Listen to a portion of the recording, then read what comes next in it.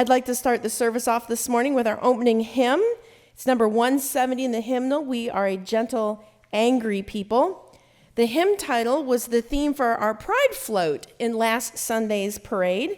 The song was written by Holly Neer, a singer and songwriter, in response to the 1978 murder of Harvey Milk, a gay member of the San Francisco City Council. The song was recorded originally under the title, Singing for Our Lives. Please rise in body or spirit and join me in singing our opening hymn, number 170. And yes, we're going to sing all 6 verses, so take a deep breath.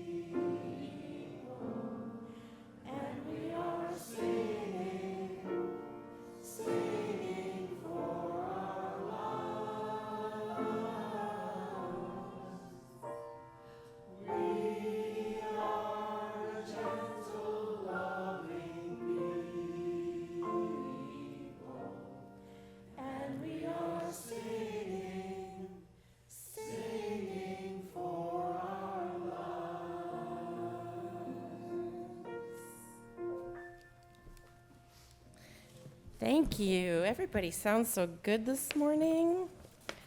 I will ask Barry Mowers to please come forward and light our chalice this morning. Come into this circle of community. Come into this sacred space. Be not tentative. Bring your whole self. Bring the joy that makes your heart sing. Bring your kindness and your compassion. Bring also your sorrow and your pain. Bring your brokenness and your disappointments. Spirit of love and mystery, help us to recognize the spark of the divine that resides within each of us. May we know the joy of wholeness. May we know the joy of being together. Thank you, Barry. We have a wonderful story this morning from Beth, our Director of Religious Education.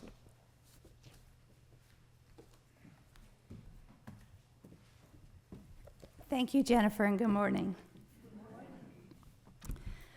Once upon a time, perhaps in the future, or perhaps in the past, on our very own planet, Earth, giant spaceships appeared in the sky.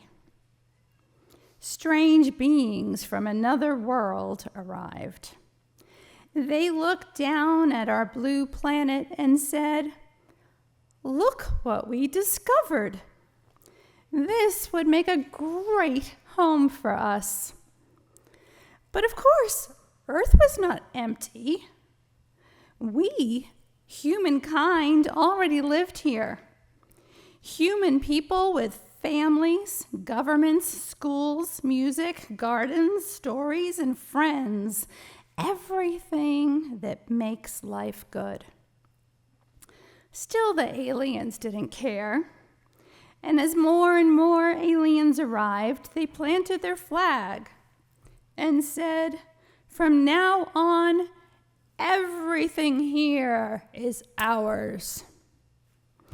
At first, humans said, "No, this is our home. We already live here." But the aliens answered, "Oh, it's not your home anymore. It's ours. And now you must live the way we live, eat the food that we want to eat," which was disgusting, by the way, because they were aliens. "And speak only our language."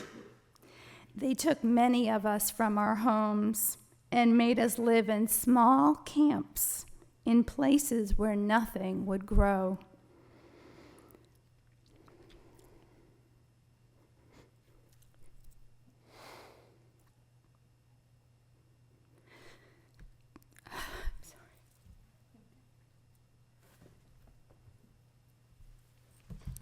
They destroyed our gardens and all of the places we used to produce our food, and told us we couldn't sing our songs or dance our old dances.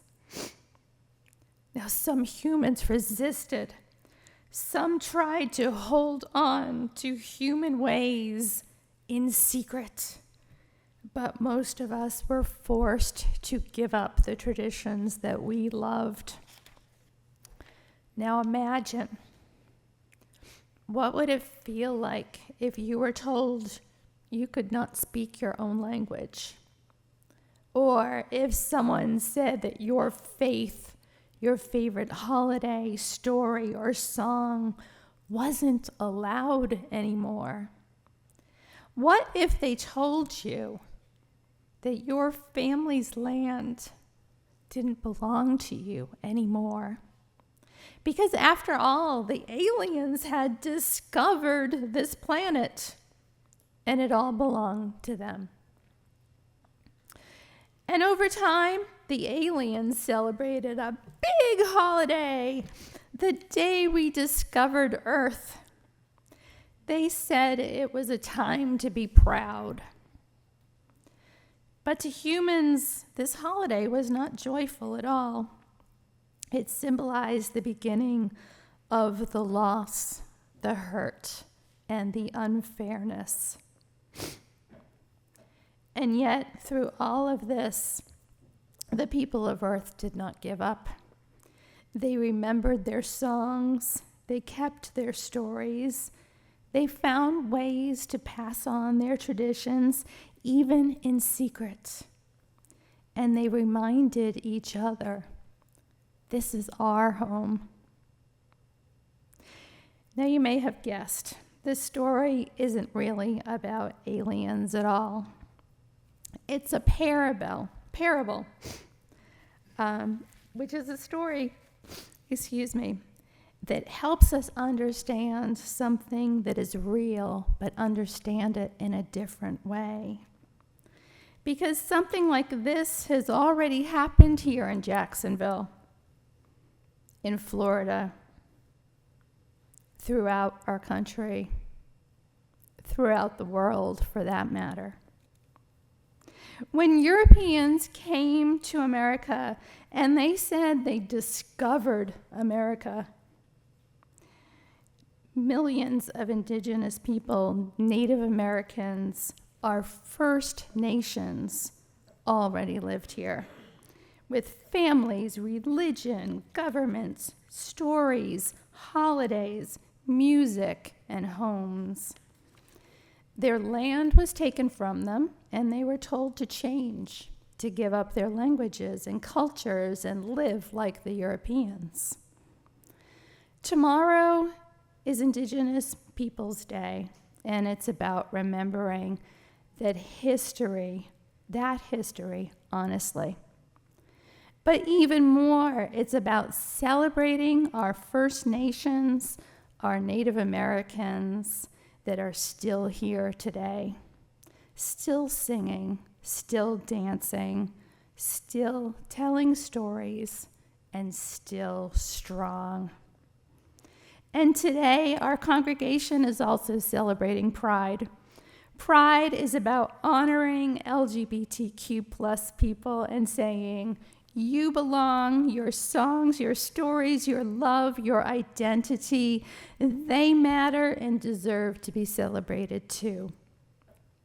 Indigenous Peoples Day and Pride both remind us that everyone's stories, songs, and identities deserve to be honored, and that we are stronger when we celebrate each other as we are. I now invite Aurora to come forward to light the children's chalice, which passes the flame of religious exploration from one generation to the next. And as the children proceed back to their classes, I ask that the congregation remain seated as we sing hymn 413, Go Now in Peace.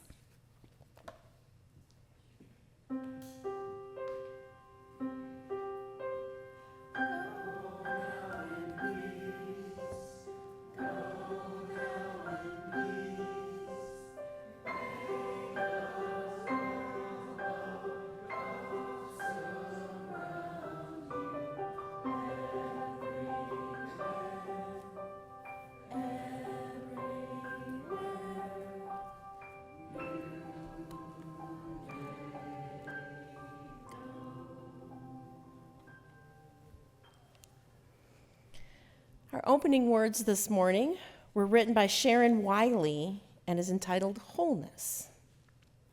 We speak so often of brokenness in religious life. Let us speak today of wholeness. You are welcome here, all of you, every part of you beautiful, just the way you are. Here you do not need to be hiding something more or something less. No holding back, no hiding, no exerting yourself. No trying to do more or be more. You have inherent worth and dignity. Nothing to prove here, nothing to prove to me or the person sitting next to you or to the children or to anyone. You don't have to try and be witty or more quiet or more outgoing. You are beautiful. Every part of you is beautiful just the way you are.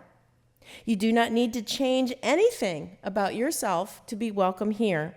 Your skin, your hair, your belly, your limbs, your face, all beautiful just the way they are.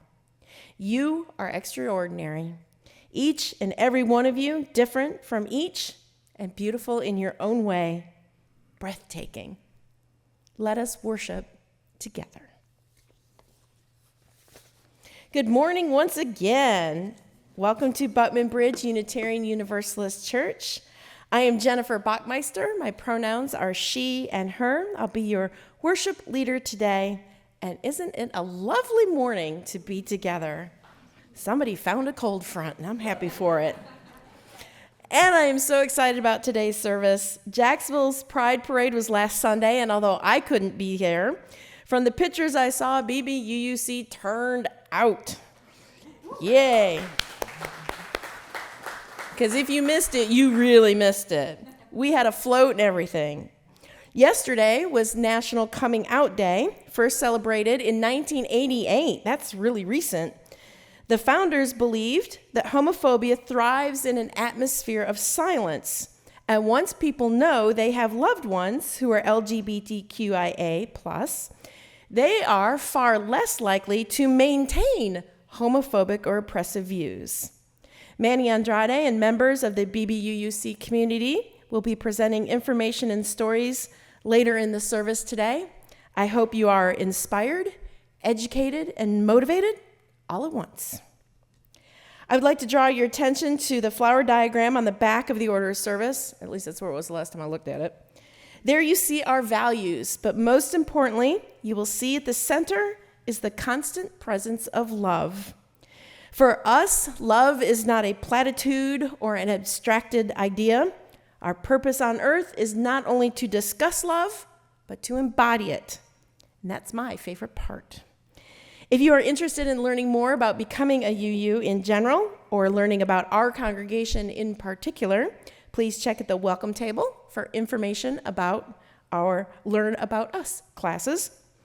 A quick reminder to please silence your electronic devices. I feel like my pages are hard.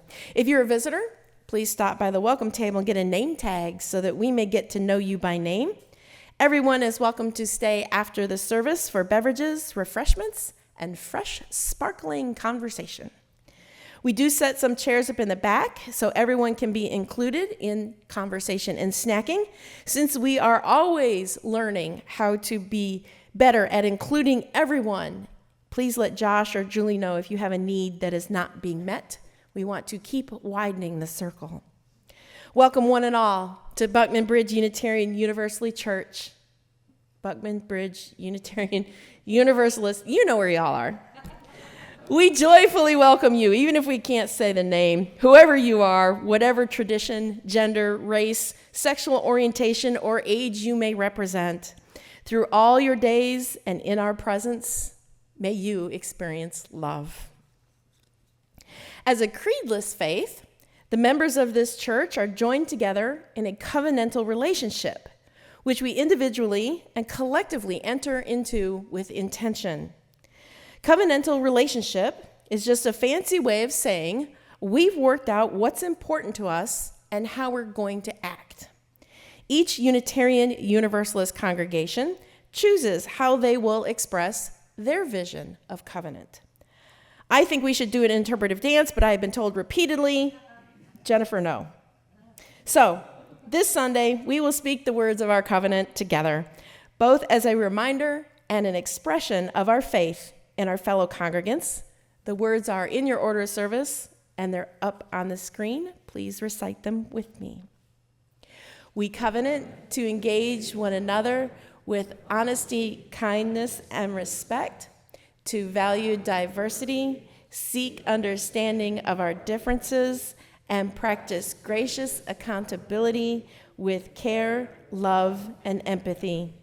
We make these promises to those who are here and those yet to come, so that we may be a safe, welcoming, and beloved community of acceptance, learning, and transformation. I ask you now to please rise in body or spirit and join me in singing our call to worship. The words are printed in your order of service, and they're on the screen.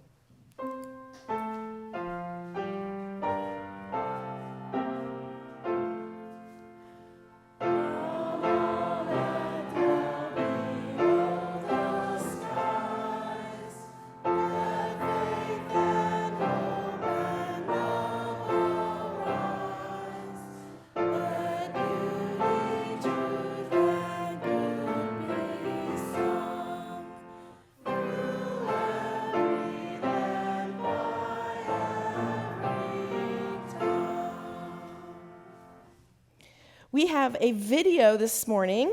The song is entitled Everything Possible. It was written and performed by the Reverend Fred Smalls, who serves as the Minister for Climate Justice at the Arlington Street Church, which is Unitarian Universalist in Boston. He's an activist, a singer-songwriter, an environmental lawyer, and a pastor dedicated to healing the earth, seeking justice, and tending our wounded spirits. He's been a UU minister for over 20 years, and he wrote Everything Possible in 1983 at the request of a lesbian mother trying to raise her 9-year-old son amidst the pressure of toxic masculinity. The song took off in the late 1980s when the Flirtations picked it up, leading to its performance by LGBTQ choruses around the world. As a straight cis man, Fred is honored and humbled by the song's embrace by LGBTQ singers and audiences. He says he has thought about revising the lyrics, which you'll hear shortly, to eliminate the gender binary, but it's not an easy fix. For now, his hope is that the line, "You can dream all day, never reaching the end of everything possible for you," affirms an infinite range of sexual and affectional orientation and gender presentation and identity. This song, by the way, is also number 1019 in the Teal Hymnal. It is a great song with powerful lyrics, but it's a toughie to sing. So for today, we will let Fred show us how it's done. We have cleared off the table, the leftovers saved, washed the dishes and put them away. I have told you a story and tucked you in tight at the end of your knockabout day. As the moon sets its sails to carry you to sleep over the midnight sea, I will sing you a song no one sang to me. May it keep you good company. You can be anybody you want to be. You can love whoever you will. You can travel any country where your heart leads, and know I will love you still. You can live by yourself, you can gather friends around, you can choose one special one, and the only measure of your words and your deeds will be the love you leave behind when you're done. Some children grow up strong and bold, while some are quiet and kind. Some race on ahead, some take it slow, some go in their own way and time. Some women love women, some men love men, some leave every label behind. You can dream all the day, never reaching the end of everything possible you'll find. Don't be rattled by names, by taunts, by games, but seek out spirits true.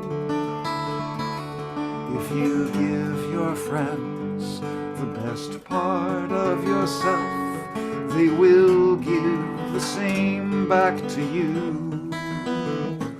You can be anybody you want to be.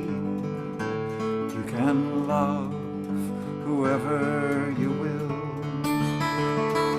You can travel any country where your heart leads, and know I will love you still. You can live by yourself, you can gather friends around, you can choose one special one, and the only measure of your words and your deeds will be the love you leave behind when you're done. The love you leave behind when you're done.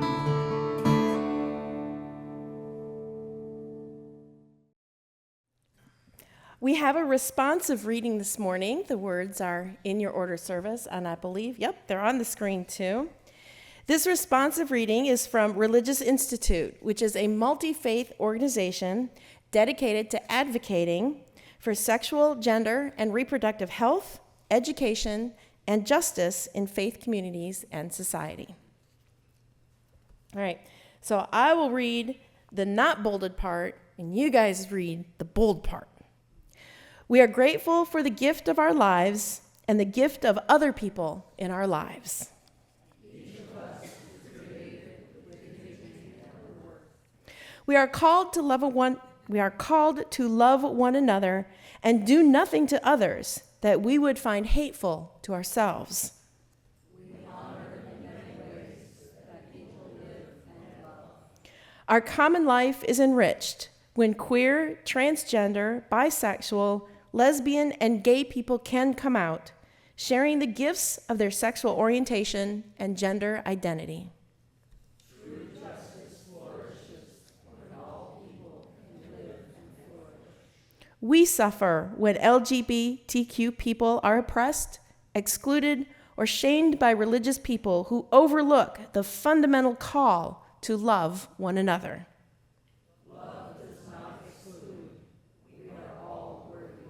May we work to build a world where all people are celebrated and loved. We celebrate sexual and gender diversity as a blessing that enriches us all. Thank you. As in many other churches, each week we accept an offering. It's good to remind ourselves from time to time that the offering is symbolic as well as practical. We know that it is through pledges that we build our budget and fund our programs and ministries, pay our staff, and finance the comfort and beauty of our buildings and grounds. And we know that we could easily submit those pledge checks to the church at any convenient time. We have a QR code in our order of service, a link on our website, and you can even just draft a recurring electronic payment from your account. Set it and forget it. But we pass the plate during our worship service to make a community expression of thanks for the blessings of abundance, to visibly bring in the harvest at this most cherished hour of our week. Our offering says that the act of giving is as essential to our spiritual well-being as anything else we do here on Sunday mornings. So even if this ritual offering is only symbolic, please take the plate and pass it to your neighbor. Our offertory ushers will help us cross the gaps, the aisles. I will ask Bruce Crystal and David Rullison to come forward and assist in gathering the offering. At the completion of the offering, please rise and bow to your spirit and join in singing hymn number 123, Spirit of Life.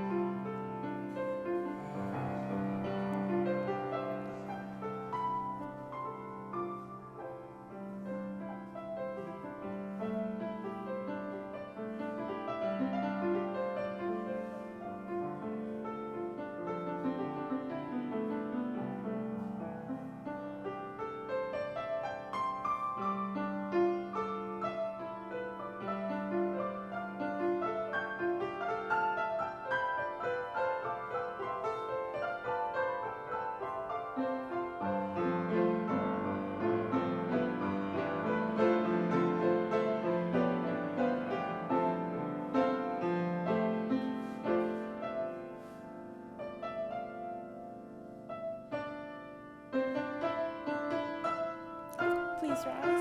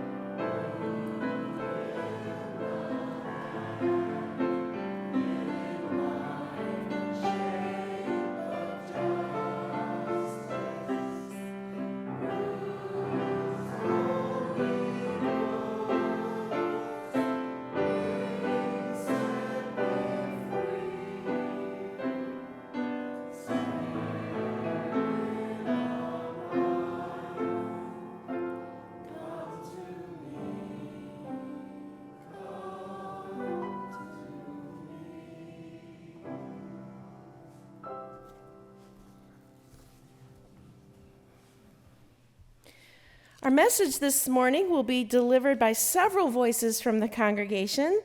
I'd like to invite Manny Andrade up. His part is called Radical Roots, Queer History in a Nutshell, and it is based on the book Queer History A to Z. Manny? Thank you very much. I want to start by thanking Linda Mowers for this book. It was put together by our neighbors in the north in Canada, and it really is, it's an amazing compendium of the history of LGBT folks. And it's kind of an alphabet soup type of thing. I found it very inspiring and very touching because I came across folks that touched my life. And when we get to those folks, people I actually met, I'll point some of those out. So it's pretty powerful stuff. The history of queer people stretches back a long time because queer folks have always existed. They haven't always been called queer or gay or lesbian or transgender. Those words are relatively new, but in every country, every culture, and every century, there have been men who loved men, women who loved women, and people experienced and expressed their sexuality and gender in many ways.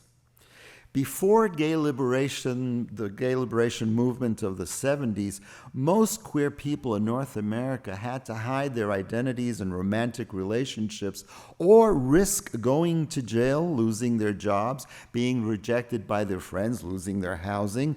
And ideas about sexuality were rigid, so were the laws. Being in a relationship with someone of the same sex was illegal. It was viewed as morally wrong and even classified as a mental illness. And that wasn't that long ago, folks. Ideas about gender were equally rigid. And we've come a long way. However, in many parts of the world, not far enough, but in many parts of the world, these ideas about sexuality and gender are still a reality. These old ideas are entrenched. They're still stoning people in Iran, stoning them to death. I mean, this is a reality of the world we live in. In North America, queerness is far more widely accepted than it was in the past, and the LGBTQ plus folks have more legal rights. And we've seen those rights ebb and flow with each administration that comes into the White House, and people are voted in and out of power in the Senate. However, we're still, I believe, and I see we're moving still in the right direction. Sometimes we take a step backward, but I think there is still movement in that area. And that's largely, the movement, the progress has been largely due to the activism-driven progress by the LGBTQ plus community over the past 100 years. Yes, folks, you heard right. It's been 100 years since these things started. What is an activist? An activist are people who stand up for what they believe in, whether that's protecting people's rights, animal welfare, or the environment. They work to change laws that educate people, influence public opinion, and organize others to join their cause. These 100 years of activism have created a tremendous amount of progress. Although there's still obstacles to overcome, there are also many victories to celebrate. Harvey Milk, who was mentioned earlier, who was assassinated years ago, was a supervisor in San Francisco. His famous quote is, "Burst down those closet doors once and for all and stand up and start to fight." In other words, unless we get up and do the work that we need to do, nothing is going to happen. Another thing about this book that I found amazing is the intersection between race, gender, and sexual orientation. These three movements are intertwined, worked with each other, have fostered progress through people working together. I'll give you a wonderful example. Bayard Rustin. Many of you have heard of him. Some of you may not have. What an incredible human being he was. Bayard Rustin chose to live as an openly gay man at a time when this came with great personal risks. In 1953, he was imprisoned under a law that targeted gay people. He served 50 days in jail. This arrest damaged his reputation, and many people were reluctant to be associated with him. As a result, much of his work as a civil rights leader was behind the scenes, including his role mentoring one of the movement's greatest leaders, Reverend Dr. Martin Luther King Jr.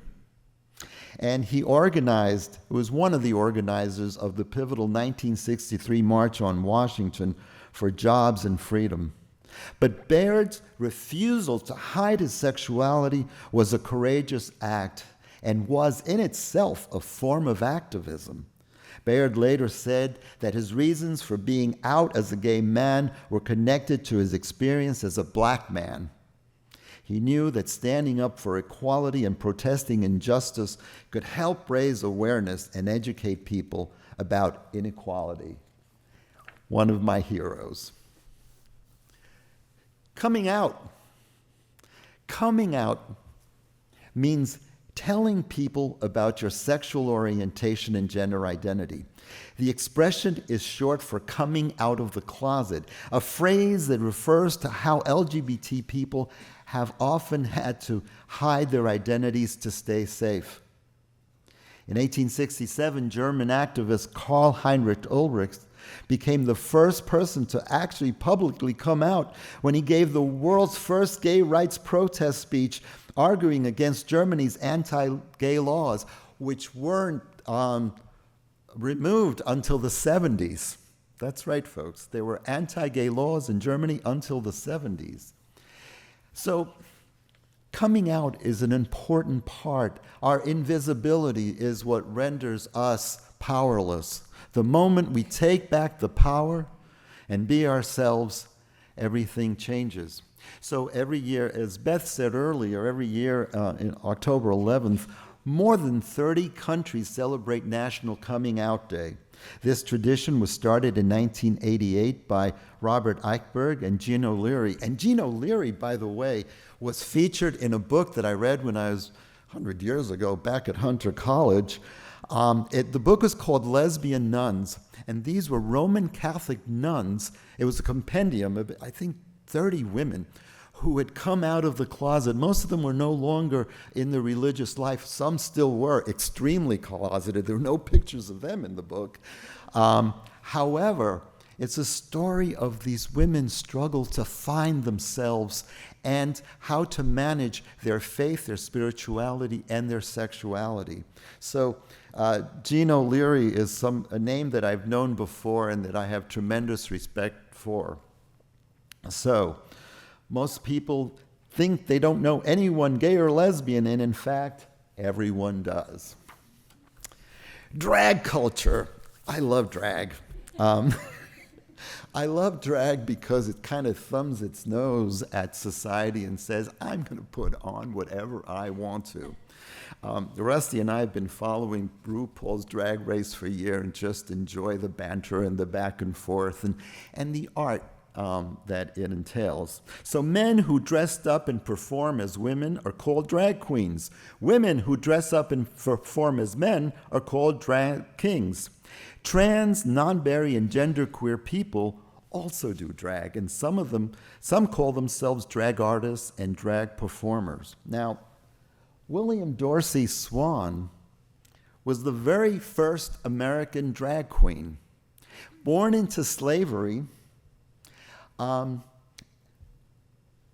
he grew up and he was openly gay back in the previous century. In the 1880s, William Dorsey Swann started performing at drag balls in Washington, D.C., which was totally radical at the time, unheard of. And because of the beauty and everything that William Dorsey Swann presented, he was called a queen of the ball, and that's where the word queen comes from. You hear RuPaul call the performers queens. This is what it comes from, this man. He was, that ball in 1880 was raided. It was his 30th birthday party. 13 black men were arrested, including William, and he went to jail. However, and he went to jail for 10 months. However, it didn't stop him.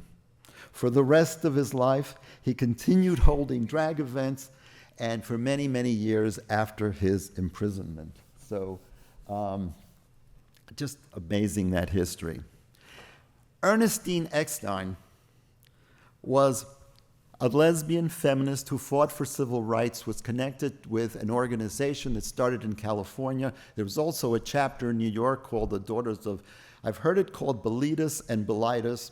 I'm not sure what the exact pronunciation is, but what's amazing about Ernestine is that she was also working in the civil rights movement. And as a result of the work that she did in the civil rights movement, she brought that into the lesbian feminist movement. And you see the interconnection between how we are all working together or have worked together and how important it is to continue that kind of work. And her quote, of course, is, any movement needs certain numbers of courageous people, and there's no getting around it. So she was a leader. She published, there was a magazine called The Ladder, which was very important for the lesbian community, and she just another hero in the packet. Now, flags. You've seen the flags. They are all kinds of different flags that represent different things. In 1978, Gilbert Baker came across the very first one on the left over there, right, whatever. I'm dyslexic. It just blows me away. Number 1 over there. He put together a flag. And why do people need a flag? Why do they need this kind of symbolism? We need something to express our joy and our beauty and our power, and he came up with the very first flag. Subsequently, over the years, different flags came together, different aspects of the LGBTQ plus community. What I find fascinating is flag number 8, which is black and brown to represent race. Okay? So they added that to the LGBTQ plus flag. Now, in 2018, the Progress Pride flag was created, because now, what about the transgender community, which was pivotal at all of the movements, all of the riots that started the LGBTQ plus movement? Stonewall, Compton's in San Francisco, the donut shop in Los Angeles, sporadic riots that started. It was the transgender community that was there. So that's why we have this particular flag today, to encompass the whole of the community. Okay. We've got a lot to cover. I need to move more quickly here. Frank Kameny, gay is good. What happened? An astronomer working for the U.S. government gets outed. He loses his job. He sues. He goes all the way to the Supreme Court and gets shut down. He lost his job. But that loss generated a whole movement of people. We see the first marches in Washington, D.C. Men were told to wear ties, and women, the lesbian community was asked to wear skirts. Why? Because we needed to represent, what they wanted was to show that they were employable by the government. So there are wonderful pictures from the time of people in D.C. marching, very, very straight-laced, short hair and all this stuff, because they wanted to show that they were employable. That was the reason for that. Now, Frank Kameny started something that wasn't seen before. All of a sudden, we're saying, no, we want to be part of the mainstream. We deserve to be part of the mainstream. Why are we excluded? So his Gay is Good took off like fireworks. It was all over. Everywhere you had anything to do with the gay community, there were these Gay is Good placards, buttons, and it's just a reminder and a self-affirmation that we had. Now, I'm going to move on to indigiqueer, which is the Two-Spirit community. I don't know about you, but Beth really moved me this morning. What a powerful, powerful presentation. Now, before colonization, there was a long history of sexual and gender diversity within indigenous cultures. Each nation had its own practices and beliefs about gender, and for the most part, Two-Spirit people were accepted as members of their communities. In some nations, Two-Spirit people were highly respected, even holding important roles such as healer, counselor, keeper of oral traditions and songs. When white European settlers first arrived in North America in the late 1500s, they saw their religion and culture as superior and imposed their Christian values and beliefs on indigenous people and Native Americans. This included rigid ideas about gender and their belief that same-sex relationships were wrong. The colonizers used their belief in Christianity to justify stealing indigenous lands and used religion as a tool to destroy indigenous cultures. And I'm so glad that Beth presented earlier, because this is exactly what happened. So to address homophobia, so now we see homophobia within the indigenous community because of what happened, the taking over of that community. So to address homophobia within their communities, Randy Burns and Barbara May Cameron in 1975 put together an organization called GAI, Gay American Indians, to address racism and homophobia within the LGBT community against Native Americans. So, and you see the Native American queer flag there. Today there are Two-Spirit powwows and meetings of LGBT folk who are Native. I'm going to do one more. I highly recommend this book. Jazz Jennings. She was born in the year 2000. In 2007, a 6-year-old girl appeared on American national television and kickstarted a public conversation about transgender children. Her name was Jazz Jennings, and she was one of the youngest people to speak publicly about being transgender. To her, it was simple. When she was born, people had thought she was a boy, but she had always known she was a girl.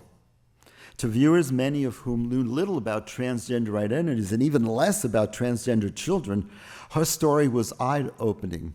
Subsequently, what Jazz Jennings did, she was had a television, a program, a reality show where she spoke very openly. Now, like 5, 6 years ago, I went down to Miami for a conference. It was still very active social work and all of that.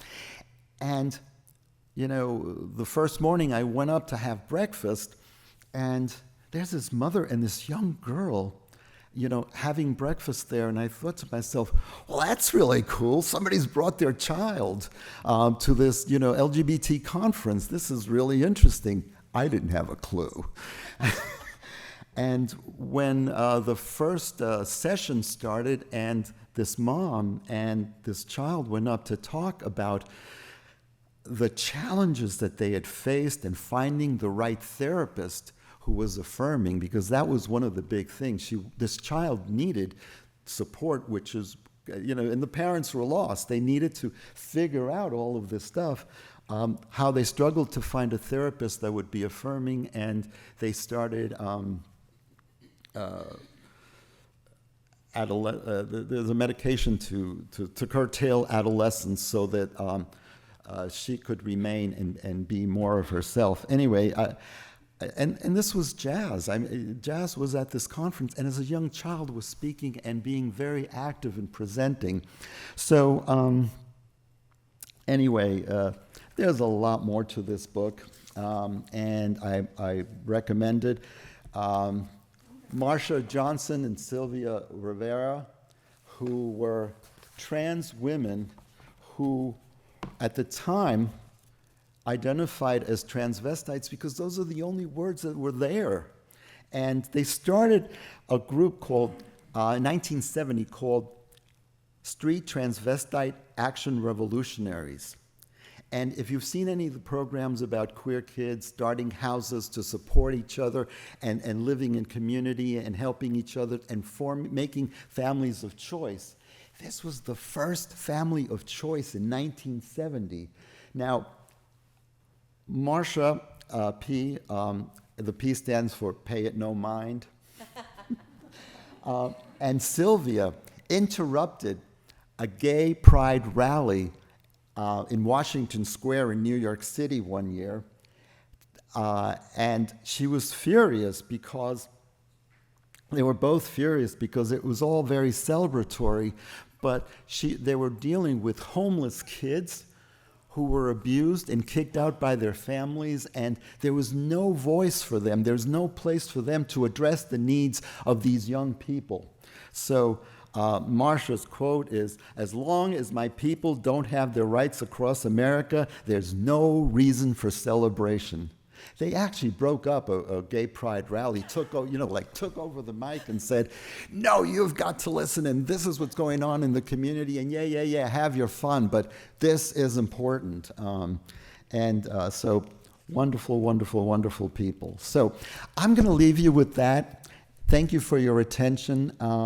And this is just the start of dialogue. We need to continue to talk about these things. There's a very, very, very rich history, and there are many, many heroes that we can, and that includes all genders, folks that we can look up to and be inspired by.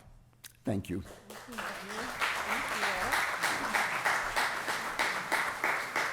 That really is an awesome book. We have a few more speakers, short presentations. We are running a little long, but I promise the coffee will stay hot. Kris Kynes is going to read a selection entitled "Fear and Love in a Red State."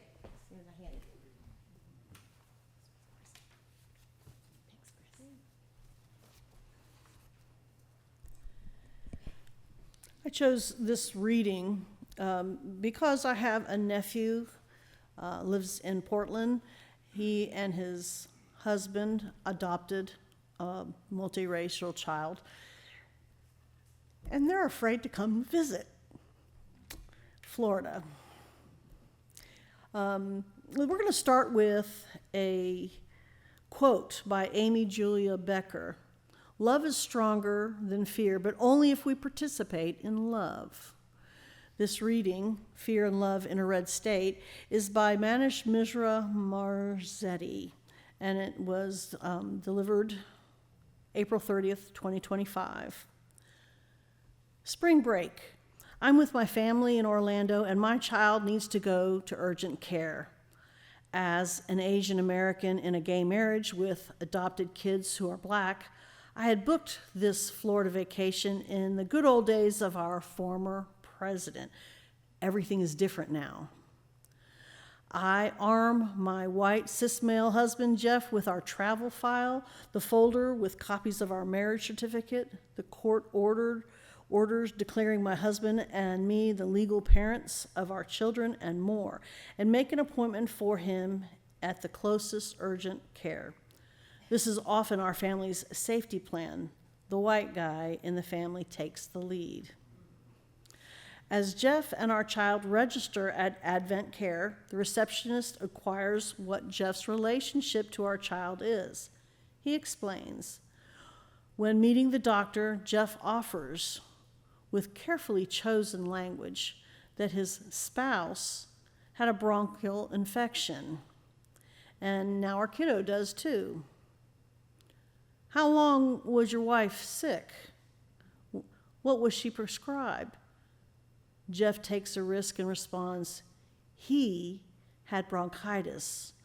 Only after receiving the needed prescriptions do we figure out that Advent Care is run by a denomination that is vociferously anti-gay. My heart sinks. I wonder if we got lucky. The same week, on our family's day at Epcot, I wear my Mickey Pride shirt, the only Disney shirt I own. Mickey, Minnie, and a colorful explosion of rainbows and hearts.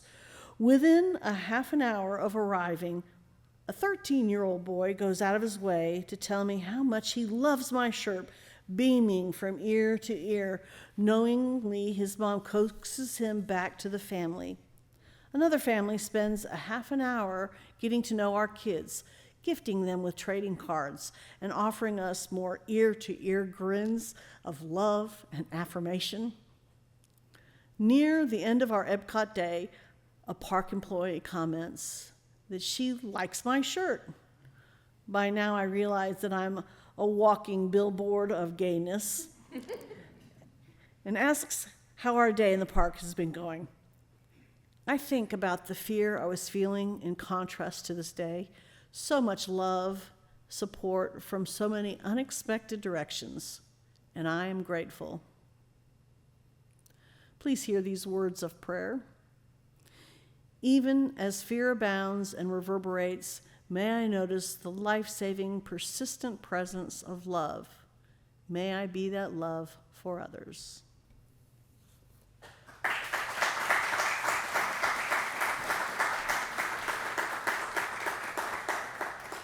Donna Zimmerman will present a piece entitled, They Can't Take Our Sparkle.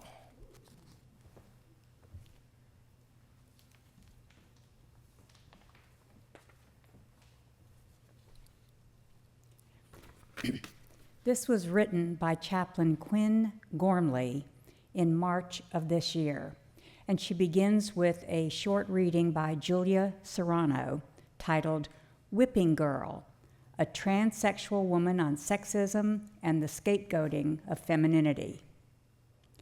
Many of us reject all of the inferior meanings and connotations that others project onto femininity, that it is weak, artificial, frivolous, demure, passive, because for us, there has been no act more bold and daring than embracing our own femininity.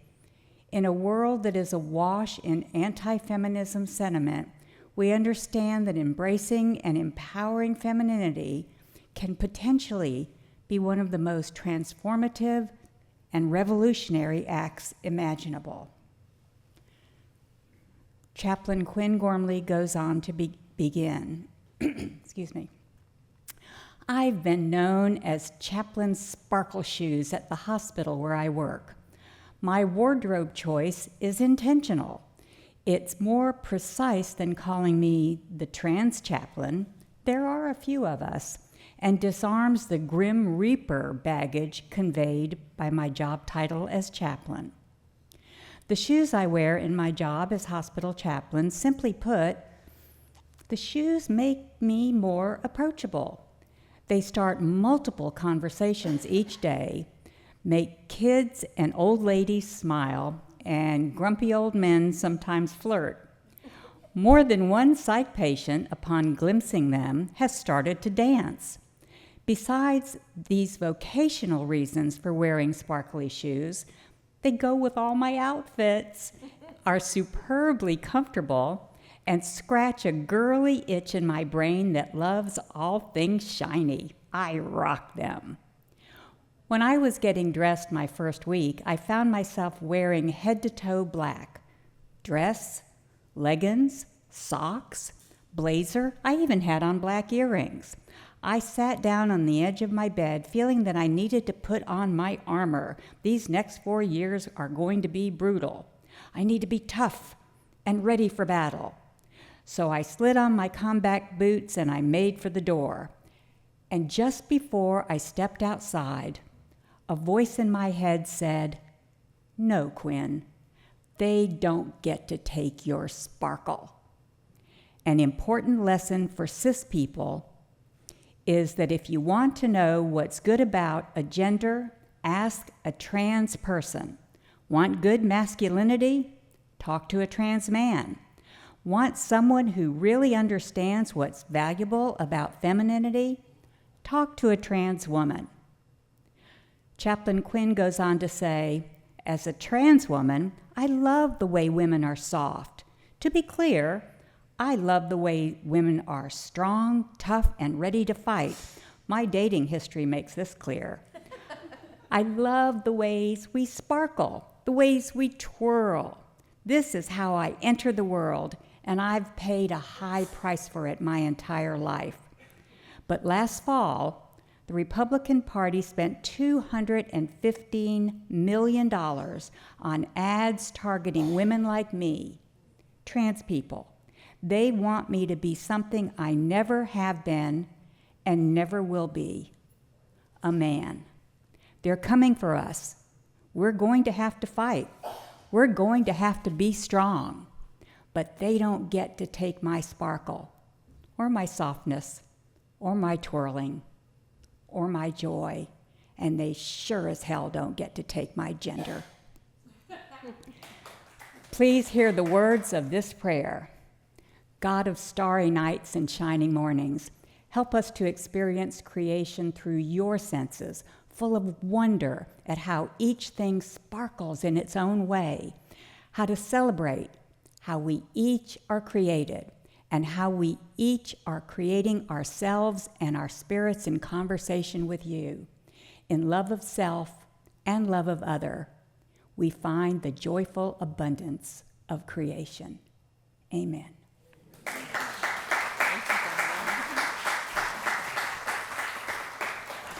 Our last reading is by Hunter Storee, entitled Your Peace is More Important.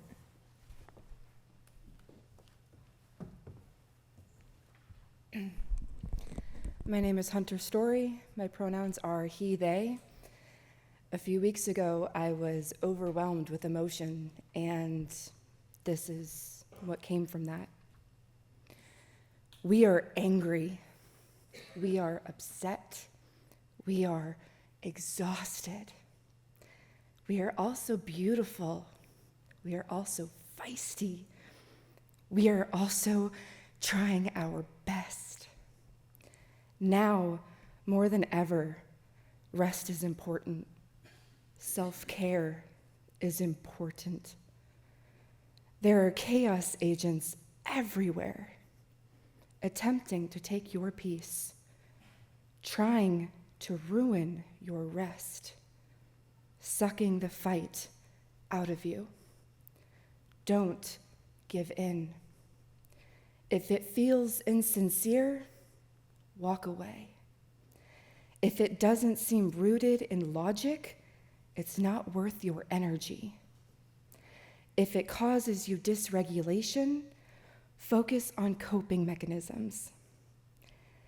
They want to tear us down. Don't give in. Don't let them win.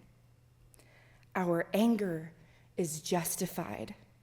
Our pain is justified. Our fear is justified. Hold on to the memories that ground you. Hold on to the joys that make the fight worth it. Hold on to the memories that drive you forward. You are worth it. Thank you.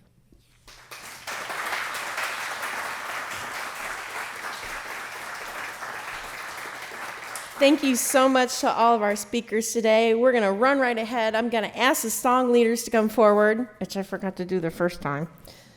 And our final hymn is number 1053. It's in the teal hymnal. I'm going to ask Gary to play it through once, and we'll sing it once as well in the interest of time. So please rise and bow to your spirit for hymn number 1053 from the teal hymnal. Listen to it once, and we'll sing it once, and then remain standing for the benediction and the extinguishing of the chalice.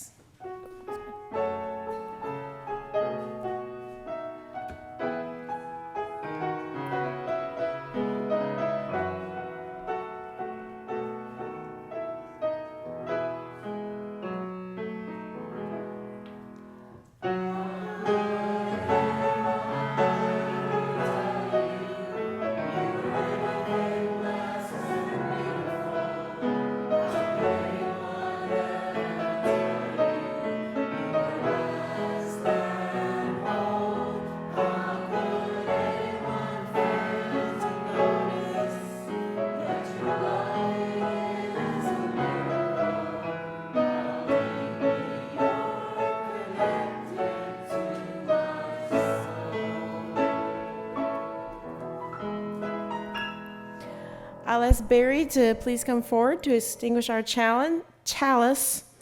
The benediction was written by Adam Slate.